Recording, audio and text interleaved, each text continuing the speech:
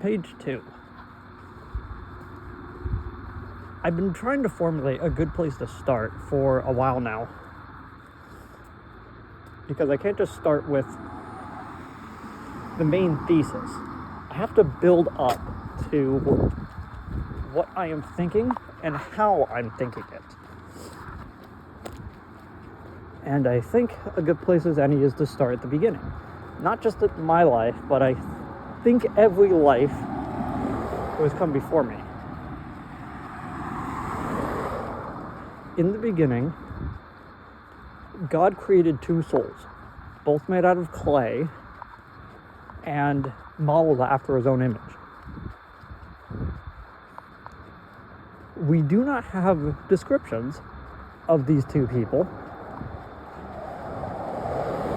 besides their names being Adam and Eve.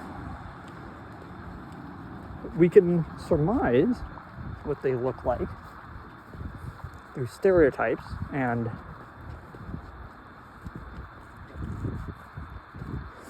some other stuff, but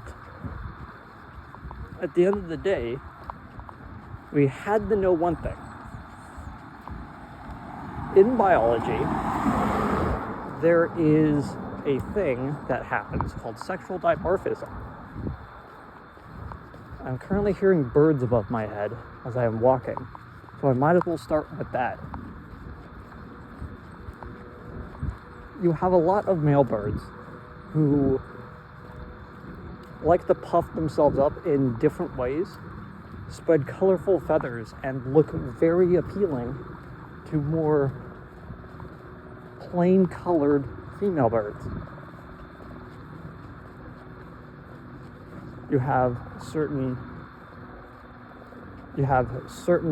members of a species, like, let's just say, deer and elk, that get really big horns when they mature. The reason is so males can show off the females. Conversely, you have traits for females as well. You have the black bear, which, if I remember correctly, I do need to double check this, but female black bears usually end up being bigger than male ones. The reason is to defend young. Female lions in a group, in a pride of lions, usually ends up hunting more than males. Social hierarchies.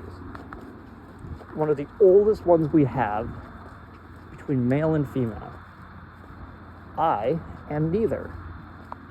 It's not the fact that I was born without a gender, it's the fact that I do not practice either one.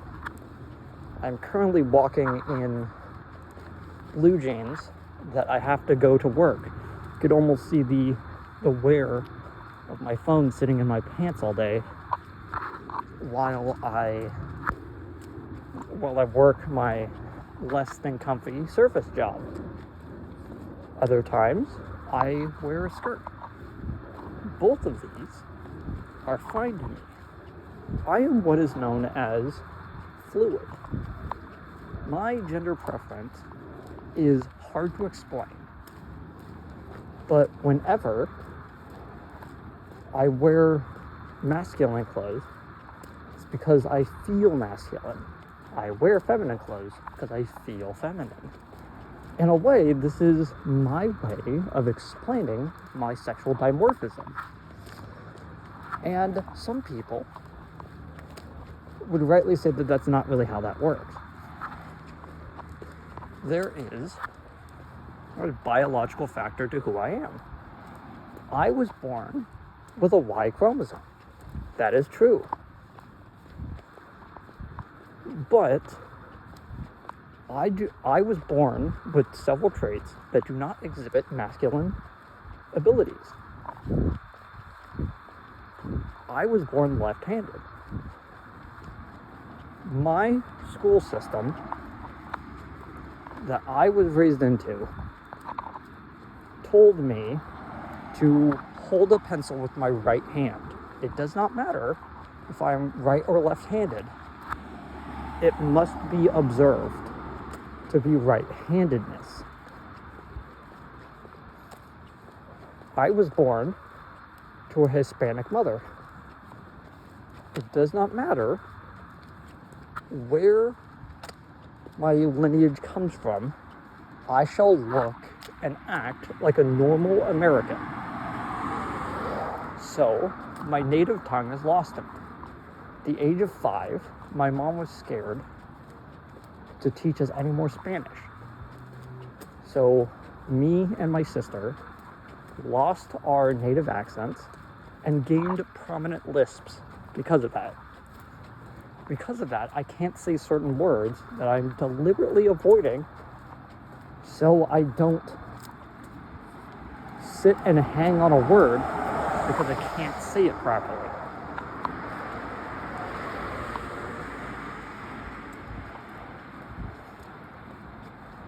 I was born in a place that was mostly white people. This is common for most of America, but when the racial divide ends up looking 95%, and that other 5 is usually Asian because I'm on the west coast of America, I did not have any real Hispanic relatives near me.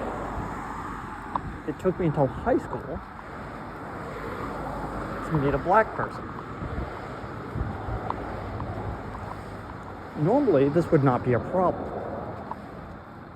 But one of the biggest things that America has a problem with is standing out.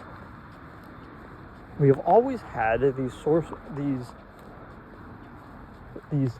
dimorphisms in society. Whether that is the cultural context of a white person working at Panda Express, or someone who has masculine traits wearing a dress, we fear the other.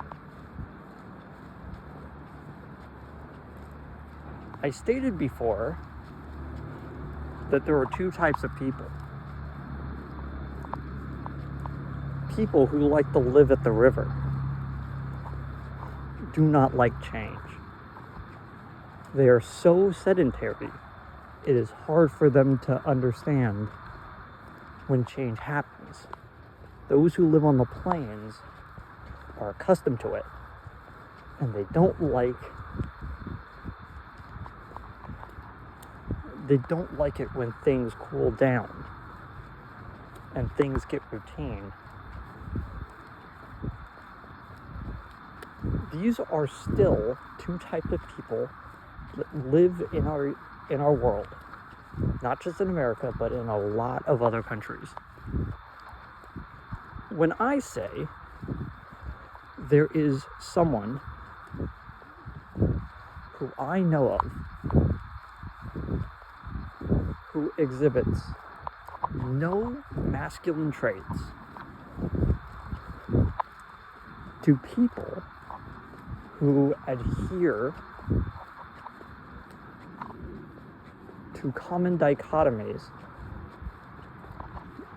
you will hear them say, so they must be female. That would be mostly correct to them. My problem with that is when we start hitting this level of society where our biggest problem is finding the dichotomies in others, we end up finding them a lot of the times. My gender isn't important. My race isn't important. my preferences are not important.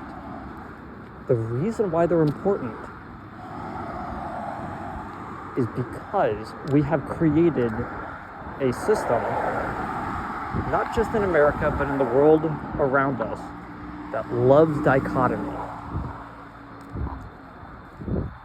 It is one or another, and we must live with it. That's why America is a two-party country. And unfortunately, that really needs to change at some point. Dichotomy is important, but adaptation is better. This has been page 2.